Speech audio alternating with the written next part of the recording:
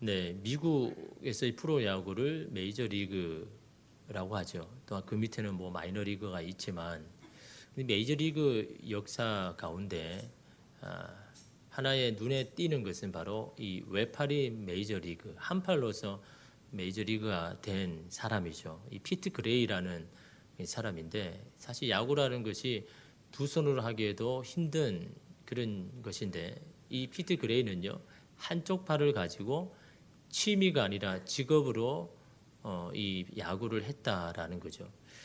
6살 때 마차를 타고 가다가 떨어져서 왼쪽 이 팔꿈치 밑에를 절단했습니다.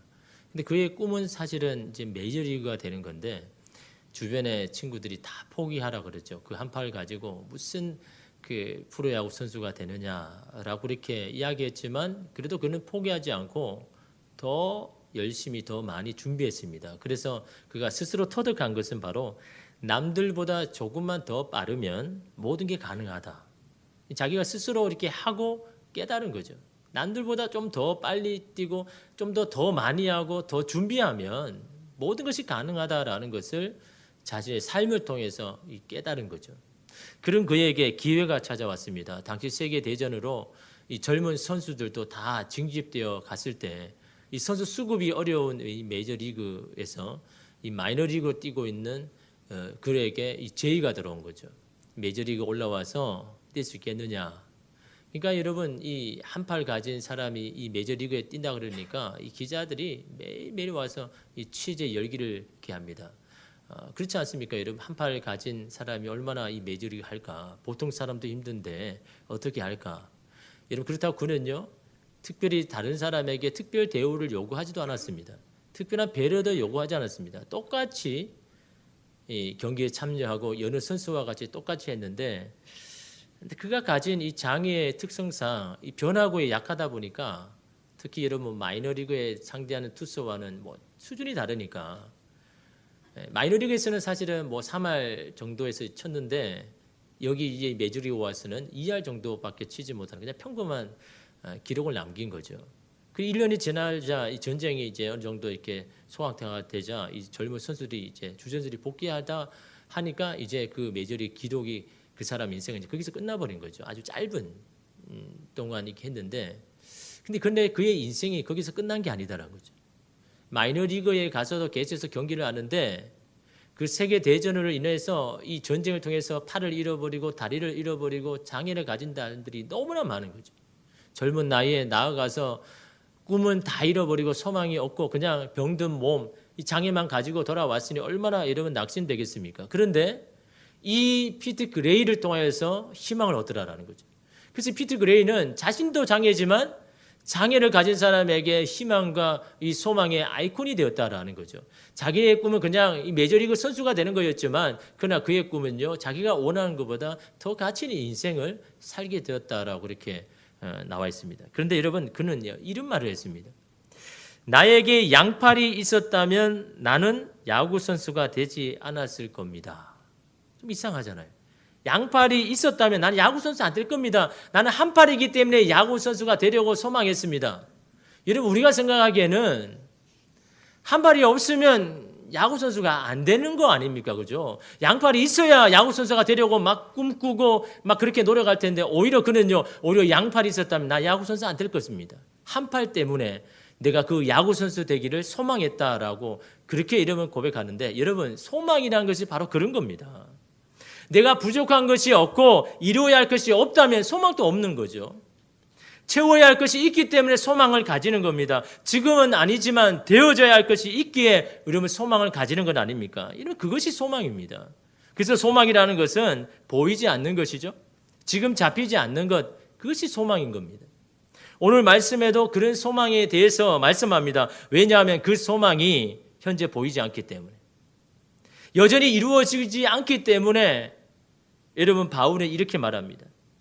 예수 그리스도를 믿음으로 이미 구원을 받았습니다. 그러나 아직 구원의 완성은 이루어지지 않고 있다는 거죠. 하나님의 약속을 이미 받았습니다. 그러나 그 약속은 아직 실현되고 있지 않다라는 겁니다. 하나님의 자녀가 이미 되었습니다. 그러나 그 자녀로서 영광을 누리기는커녕 현실은 고난과 박해 가운데 있더라라는 거죠. 이것이 그 당시 그리스도인들이 마주하고 있던 힘든 상황입니다. 이미와 아직 사이에 그들이 처해 있더라라는 거죠. 아니, 이미 우리는 구원을 받았고 하나님의 자녀인데 왜 우리는 하나님의 자녀로서의 마음껏 누리지 못하고 자유하지 못하고 억압되고 고난당하고 박해를 받고 있는가? 왜 아직 그 하나님께서 그것을 이루지 못하고 있는가? 그런 여러분 이 의심 가운데 궁금증 가운데 이런 그들이 처해 있더라라는 거죠. 이미와 아직 사이에 있는 그들에게 필요한 것이 그래서 바울이 소망이다라고 하는 거죠. 이미 받았지만 아직 이루어지지 않는 것을 기다리기 위해서는 소망이 필요하다라고 그렇게 이런 말하고 있더라는 거죠. 그래서 여러분 24절에 보면요. 우리가 소망으로 구원을 얻었음에 보이는 소망이 아니니 보는 것을 누가 바라리요? 보이는 소망은 소망이 아니라고 말하는 겁니다. 지금 내 눈에 보이는 것, 그것을 바라는 사람은 아무도 없다라는 겁니다. 지금은 볼 수 없고 가질 수 없기에 바라고 소망하는 것 아니냐라는 거죠. 현대의 성경으로 보면 우리는 이 희망 가운데서 구원을 받았습니다. 그러나 보이는 희망은 희망이 아닙니다. 눈앞에 보고 있는 것을 누가 바라겠습니까? 우리가 바라고 원하는 소망은 그런 것이 아니다라는 거죠. 그냥 손에 잡힐 것 같고 눈에 보일 것 가능성이 있는 것은 소망이 아니다라는 겁니다. 그 소망 자체가 보이지도 않고 손에 잡히지도 않고 가능성이 없는 그것을 사람들이 다 소망하는 것 아니냐라고 이런 말하고 있는 거죠. 이런 소망의 특성상 끝까지 그 소망을 붙들고 살기가 어렵다라는 거죠. 그렇지 않습니까? 눈에 보이기면 그래도 끝까지 붙들 텐데 뭐라도 가능성이 보이면 그래도 끝까지 참고 할 텐데 우리가 바라고 원하는 소망은 그런 게 아니다라는 겁니다. 여러분 그럼에도 우리는 소망해야 되죠. 왜냐하면 우리가 소망하는 것은 지금이 아니고 나중에 이루어질 것이기 때문에 지금은 부족해도 나중에는 완전해질 것이기 때문에 지금은 불가능한 것 같지만 나중에는 가능해질 것이기 때문에 여러분 소망을 가지고 살아가는 자에게 힘듦만이 있는 게 아닙니다. 그 소망하는 자 중에도 이런 기쁨이 있더라라는 거죠. 존 파이퍼 목사님이 하나님을 기뻐할 수 없을 때라는 책에서 이런 말을 했습니다. 대부분의 갈망이 그 자체로 즐겁다는 것이다. 무슨 말입니까? 갈망이라는 것은요, 그 자체로 즐겁다. 다시 말하면 그 바라고 원하는 것이 이루어져야만 즐거운 것이 아니라 그 갈망을 할 때 하는 순간 그때도 즐겁다라는 겁니다. 여러분 우리는 대부분 그렇게 생각하잖아요. 우리가 바라는 소망이 이루어져야 그렇게 그때의 그 기쁨 즐거움을 생각하지만 그게 아니라는 거죠. 갈망할 때 이미 우리는 그 가운데 즐거워하고 있다라는 거죠. 이러면 예를 들어서 여러분 이 건물에 이 로또 복권 생겼지 않습니까? 지나가다 보니까요 엄청 많은 사람들이 열심히 복권을 삽니다. 그들에게는 어떻습니까? 당첨이 되는 더 즐겁겠죠. 그러나 여러분 당첨될 동안 이 한 주 동안은요 너무 즐거운 겁니다. 뭘 하니까요? 걸릴 것을 소망하니까. 사실 그건요 불가능한 거일 수 있지 않습니까? 눈에 보이지 않는 거잖아요. 그러나 그 당첨될 것이라는 그 소망이 한 주 동안은 기쁘고 즐거워하게 하더라라는 겁니다. 그 소망하는 그 자체가 우리에게는 즐거움이다라는 겁니다.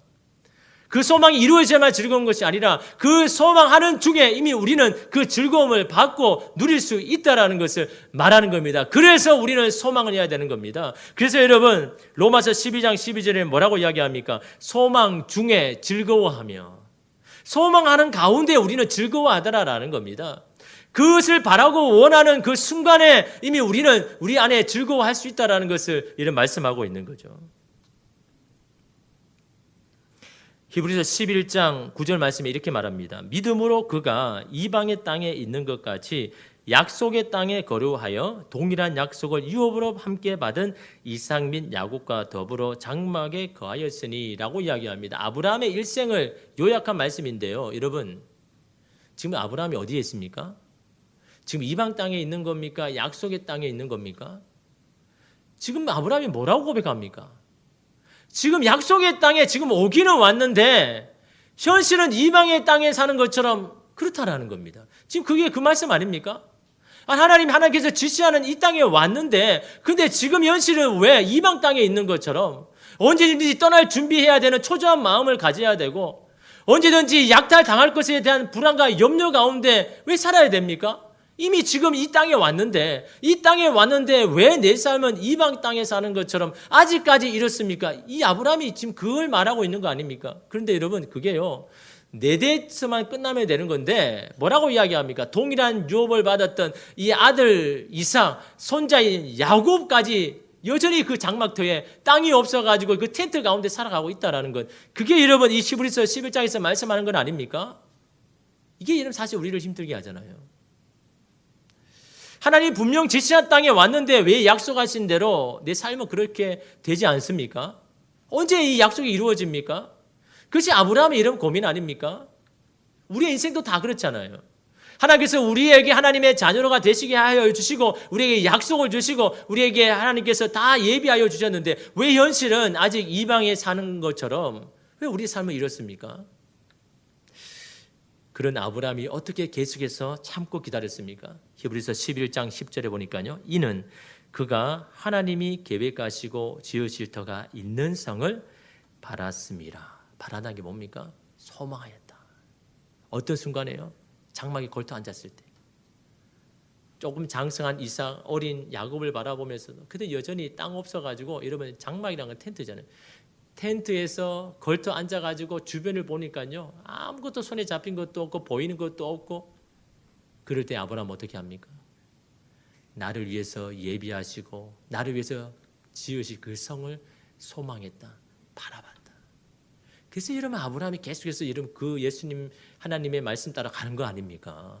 눈에 보여서 따라간 게 아닙니다. 지금 뭔가 잡혀서 따라가는 게 아닙니다. 어느 정도 가능성이 있어서 아브라함이 끝까지 하나님의 말씀에 따라간 것이 아니라 지금은 잡힌 것이 없고 지금은 아무것도 가능성이 없지만 나를 위해서 약속하신 것을 지으실 그 성을 바라보면서 그것을 소망하면서 여러분 참고 여러분 기다리고 그 길 간 거 아닙니까? 그래서 아브라함이 여러분 하나님께서 여러분 준비하신 것들을 여러분 다 받은 건 아닙니까? 그래서 여러분 아브라함은 소망 중에 여러분 즐거워한 겁니다. 그 소망을 가지고 여러분 참고 견딜 때 하나님이 주시는 놀라운 그 기쁨과 즐거움을 이 아브라함이 받았기 때문에 힘들어도 여러분 나아가는 것 아닙니까? 그러게 소망은요 참으며 기다려야 되는 겁니다. 25절에 보니까 만일 우리가 보지 못하는 것을 바라면 보지 못하는 게 뭡니까? 가능성이 없는 것을 우리가 소망한다면 손에 잡히지 않는 것들을 지금 네가 소망한다면 참고 기다려라. 왜 그렇습니까? 우리가 이루는 것이 아니라 주님이 이룰 것이기 때문에. 시간이 문제이지 기다리기만 하면 하나님께서 반드시 이루어 주실 것이기 때문에 그것을 우리가 소망하는 것이 아닙니까? 그러게 우리는 어떻게 합니까? 단지 그냥 소망의 씨앗을 뿌리면 되는 겁니다. 내 삶에, 우리의 가정에, 자녀의 일터에 우리의 씨앗을, 소망을 뿌리면 되는 겁니다. 잘하고 거두게 하시는 것은 하나님이 하시지 않습니까? 근데 여러분 뿌리지도 않는데 어떻게 거두깁니까? 우리가 주님을 바라보면서 우리에게 주신 그 약속을 믿고 우리의 삶 가운데 씨앗을 날마다 뿌려야 그것을 자라게 하고 거두게 하시는 것은 하나님인데 씨를 뿌리지 아니하는데 여러분 어떻게 하나님이 자라게 하실 겁니까? 반드시 기쁨으로 단을 거두게 하는 즐거움을 우리에게 반드시 허락하실 겁니다. 여러분 그 주님 우리가 믿는 건 아닙니까? 그렇게 이러면 주님의 약속을 붙잡고 날마다 도움을 구해야 되는 겁니다. 날마다 숨쉬는 순간마다라는 찬양이 있습니다. 이 찬양은요, 이 스웨덴 찬양인데 스웨덴의 이 루터교 목사의 딸인 리나 샌들이 쓴 시입니다.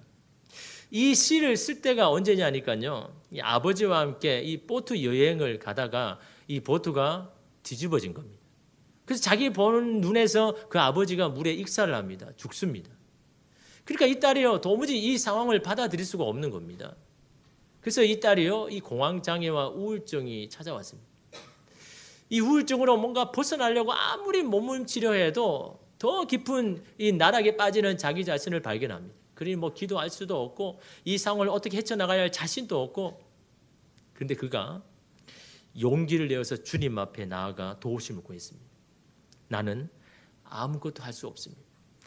어떻게 기도해야 할지도 모릅니다.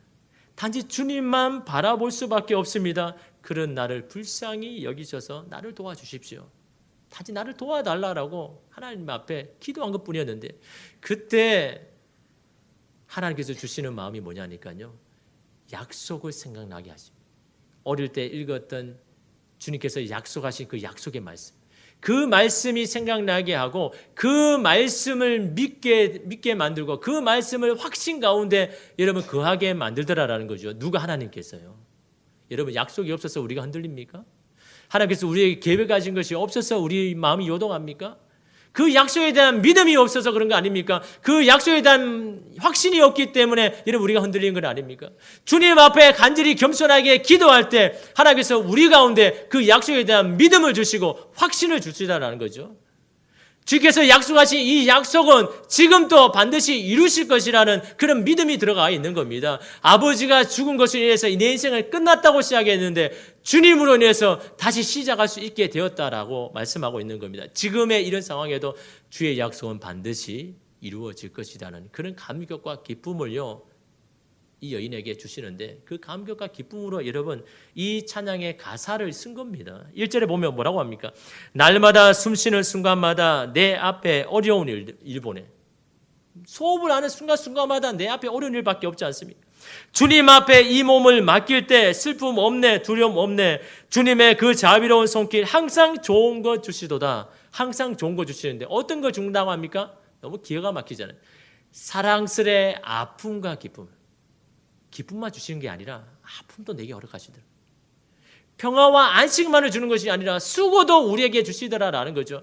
그것이 우리에게 항상 좋은 것을 주신다라고 이러면 고백하는 건 아닙니까? 아버지를 잃어버렸지만 그러나 그 아픔 가운데도 하나님이 주시는 그 기쁨, 평화와 안식 가운데도 우리에게 수고할 수 있는 그것도 주시는 주님.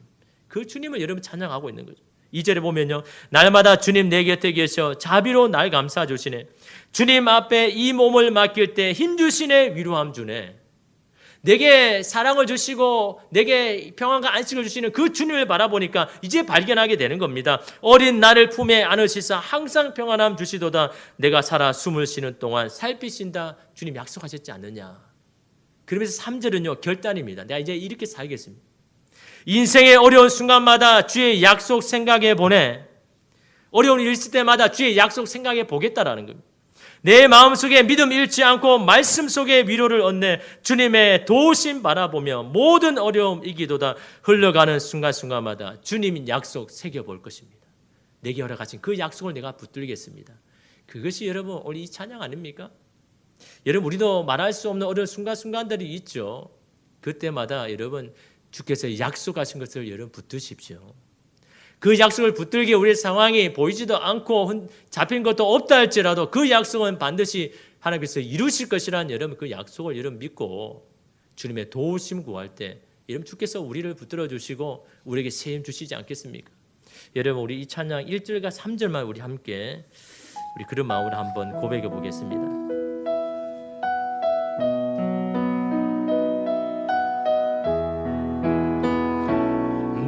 날마다 숨쉬는 순간마다 내 앞에 어려운 일 보내. 주님 앞에 이 몸을 맡길 때 슬픔 없네, 두려움 없네. 아멘. 주님의 그 자비로운 손길 항상 좋은 것 주시도다. 사랑스레 아픔과 기쁨을 수고와 평화와 안식을 인생의 어려운 순간마다 인생의 어려운 순간마다 주의 약속 생각해보네. 내 맘속에 믿음 잃지 않고 말씀 속에 위로한 아멘. 주님의 도우심, 주님의 도우심 바라보며 모든 어려움 이기도다. 흘러가는 순간순간마다 주님 약속 계속 생각해보네. 주님의 도우심, 주님의 도우심 바라보며 모든 어려움 이기도다. 흘러가는 순간순간마다 주님 약속 새겨봅니다. 아멘. 여러분, 주님의 약속 바라볼 때요, 여러분, 우리 모든 어려움을 이기는 겁니다. 여러분, 인생의 어려운 순간순간마다 여러분에게 약속하신 말씀 반드시 이룰 것이죠. 그것을 우리가 소망해야 되는데 어떻게 우리가 그 소망을 가질 수 있냐라는 거죠. 이런 소망을 가질 수 있는 것은 바로 믿음입니다. 믿음이 아니면 소망을 가질 수가 없는 겁니다. 믿음이 있으면 소망할 수가 있는 겁니다. 왜냐하면 여러분, 믿음이라는 것이요, 보이지 않는 것을 본 것처럼, 만질 수 없는 것을 만진 것처럼 여기게 하는 것이 믿음이기 때문에. 히브리서 11장 1절 말씀에 뭐라고 합니까? 믿음은 바라는 것들의 실상이요, 보이지 않는 것들의 증거다라고 이야기합니다. 믿음이라는 것이 우리가 바라는 것들, 소망하는 것들에 대한 실물이다라는 겁니다. 보이지 않는 것에 대한 증거라는 거죠. 보이지 않지만 여전히 존재한다고 말할 수 있는 증거가 되는 것이 바로 믿음이라는 거죠. 이러면 사람들이 이렇게 합니다. 하나님은 어디 있느냐고. 보이지 않는 하나님을 어떻게 있다라고 말하느냐라고 말할 때 믿음이 있는 자는 뭐라고 이야기합니까? 설명해 줍니까? 해석해 줍니까? 아닙니다. 내가 증거라는 거죠. 내가 보았고 들었고 내가 만났는데 무슨 증거를 더 말할 수 있냐라는 겁니다. 내가 만났는데, 내가 증거인데, 하나님에 대한 분명한 믿음을 가진 우리가 하나님이 계시는 증거가 된다라는 것 아닙니까? 그래서 여러분, 소망에는 믿음이 있어야 되는 겁니다. 그래서 24절에 우리가 소망으로 구원을 얻으매라는 말은요, 우리가 믿음으로 구원을 얻으매라고 말할 수가 있는 거죠. 그러므로 여러분, 우리가 소망을 기다리고 위해서는요, 믿음을 강화해야 되는 겁니다. 소망이 약해지고 흔들릴 때마다 믿음을 굳건히 세워야 되는 겁니다. 그런데 문제가 뭡니까? 우리는 우리의 믿음을 강화시킬 수 없다라는 거죠. 우리는 우리 믿음을 굳건하게 할 수가 없다라는 겁니다. 여러분, 잠시만 기도 안 해도, 예배만 중단해도 믿음이 흔들리고 요동치는데 어떻게 여러분 우리의 마음을 지킬 수가 있겠습니까? 어떻게 우리의 믿음을 여러분 강건하게, 여러분 굳건하게 할 수가 있겠습니까? 목회를 하다 보면요, 그런 분들이 많습니다. 목사님, 제 마음이 좀 안정이 돼서 다시 또 열심히 하겠습니다. 조금 상황이 좋아지면 그때 다시 교회에 나오겠습니다. 좀 회복하고 돌아오겠습니다. 그렇게 말하는 사람 치고 여러분, 돌아온 사람은 아무도 없습니다. 회복한 사람도 아무도 없습니다. 우리 자신은 내 마음조차 지키지 못하는데 내가 어떻게 여러분 그 마음을 안정화시킵니까? 어떻게 내 믿음을 여러분 굳건하게 해서 다시 하나님 앞에 열심히 살아가게 만들겠습니까?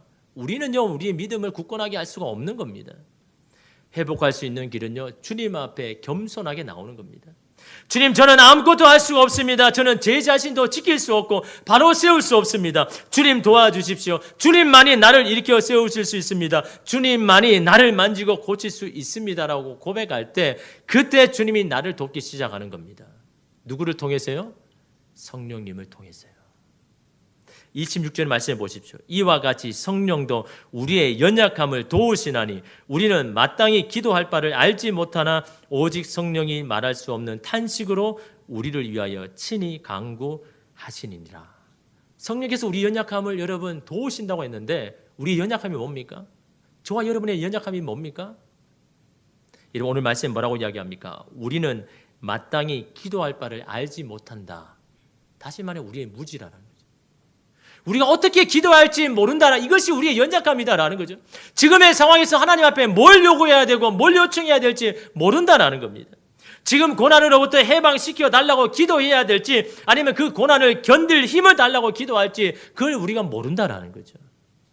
우리가 바라고 소망하는 것이 언제 어떻게 이루어질지 모르기 때문에 우리는 정확하게 하나님 앞에 요청할 수가 없는 겁니다. 그것이 우리의 연약함 아닙니까? 그러나 성령님은 하나님의 뜻과 계획을 아시기에 오늘 우리에게 필요한 것이 무엇인지 알기 때문에 우리가 무엇을 요구할 수 없어서 기도할 수 없을 때 여러분 성령님 우리의 연약함을 도와주셔서 우리에게 있어야 될 것 필요한 것들을 주님 앞에 간절히 간구하고 기도하시더라는 거죠. 그것이 성령께서 여러분 우리에게 여러분 우리 도우시는 건 아닙니까? 우리는요 주님의 그 소리를 들어야 됩니다. 우리 본성의 소리를 듣는 게 아니라 여러분 우리는요 우리 상황이 어려워지고 힘들면요 우리의 본성에 여러분 더 강해집니다. 본성의 생각이 뭡니까? 육신의 생각이잖아요. 육신의 생각을 성경은 뭐라고 이야기합니까? 하나님과 원수되게 한다고 합니다. 하나님의 말씀을 따르지 않게 된다고 이야기합니다. 7절에 보면요. 그러나 여러분 영의 생각은 뭐라고 합니까? 6절에 보니까 육신의 생각은 사망이요 영의 생각은 생명과 평안이니라. 우리의 본성의 소리를 들으면 우리는 죽을 수밖에 하고 사망에 이를 수 없지만 영의 소리, 성령께서 우리 가운데 말씀하시는 그 소리를 들으면 그것은 생명이고 평안이 된다라는 거죠. 여러분 셀프 텔러라는 말이 있습니다. 셀프 텔러. 그건 뭐냐니까요. 자기가 자기 자신에게 말하는 거죠. 여러분 얻을 때 여러분 자기 자신에게 말할 때가 있지 않습니까?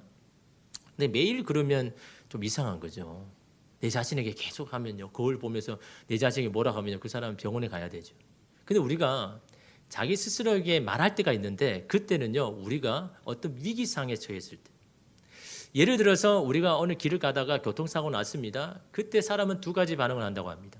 한 가지 반응은요. 아니 왜 이런 일이 내게 일어날까? 왜 이런 일이? 도대체 왜? 왜 나에게 이렇게 일어나? 도대체 내 삶은 왜 이런 거야? 그렇게 반응한 사람이 있고요. 다른 반응이 뭐냐니까요. 그래도 몸은 안 다치니 다행이지. 아니 차는 그냥 고치면 되는 거 아니냐. 얼마나 이 다행이냐. 이게 내게는 좋은 일이야. 같은 상황에 처했는데 반응은 각각 두 반응이죠. 왜 그럴까요? 왜 어떤 사람은 이렇게 반응하고 어떤 사람은 부정적으로 반응합니까? 그걸 연구해 보니까요. 어릴 때 우리가 이 비싼 상황에 처했을 때 부모가 우리에게 어떤 말을 하는가? 나는 그때 어떤 말을 많이 들어왔는가? 그런 상황에서 아버지와 어머니는 내게 어떤 말을 했는가? 그 들었던 그 말이요. 우리가 나중에 똑같은 상황에 처했을 때 우리가 거기에 대해서 반응하더라는 거죠. 긍정적으로 반응한 사람이 있는 반면에 부정적으로 반응한 사람이 있더라라는 거죠. 여러분 예를 들어 가지고 어릴 때 이 집에 정말 이 귀한 비싼 이 쟁반이 있는데 이 아이가 실수로 떨어뜨렸습니다. 그때 이러면 어떻게 부모님들이 합니까? 조금 깨어있는 부모는 어떻게 합니까? 달려가서 야 괜찮냐? 몸은 괜찮아? 염려하지 마. 다시 사면 되는 거야. 이거 그렇게 이것보다 너가 더 중요해. 그렇게 말하죠. 그럼 뭘 이야기하는 겁니까? 이런 순간에도 너가 우리에게는 소중한다는 거 너 기억해야 돼. 이게 여러분 우리의 표현이잖아요. 야, 이 깨어진 거 아무리 비싸도 너만은 못해. 너가 더 안 다치는 것이 내게는 더 중요해. 이걸 여러분 부모에게 말하는 거잖아요. 이런 상황에도 어떻게 합니까? 내 자신을 바라보게 하고 내가 귀중하고 소중한다는 걸 여러분 인식하지 않습니까? 부모가 그렇게 말하면요. 근데 이런 반대로요.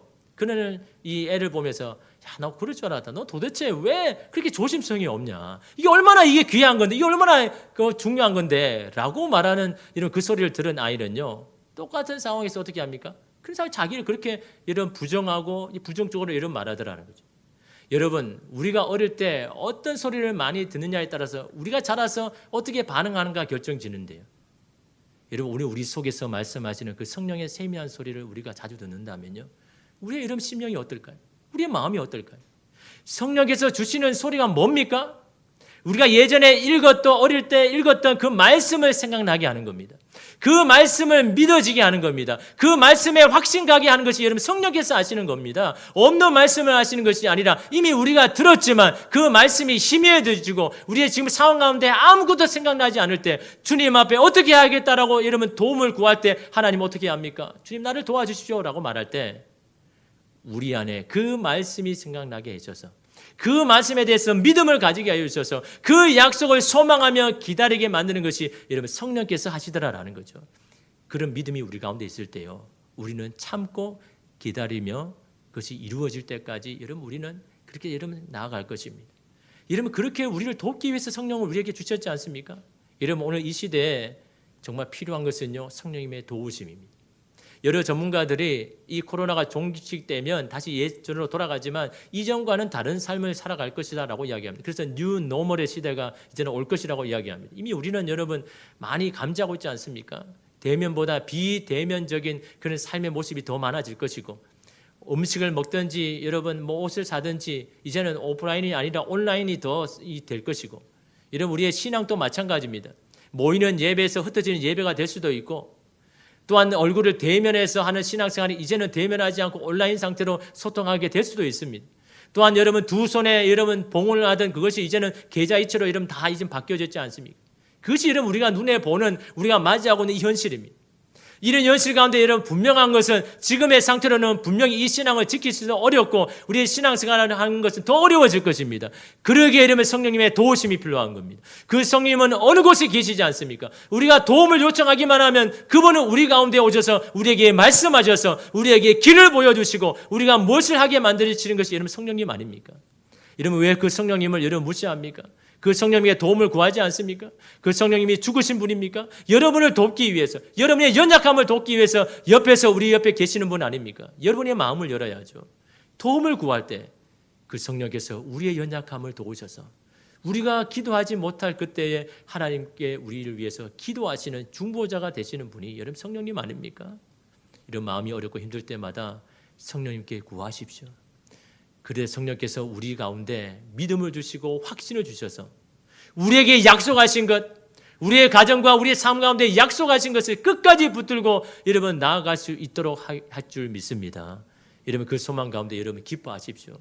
그 소망 중에 주시는 하나님의 놀라운 기쁨, 우리가 소망을 해야죠. 갈망해야죠.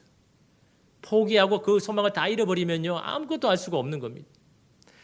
우리가 소망하는 것은 눈에 보이는 것이 아니지 않습니까? 가능성이 있는 건 아니지 않습니까? 그럼에도 불구하고 여러분 우리가 그것을 소망할 때 이루시는 분은 하나님이시라는 이 분명한 우리 고백을 주님 앞에 드릴 줄 믿습니다. 기도하겠습니다.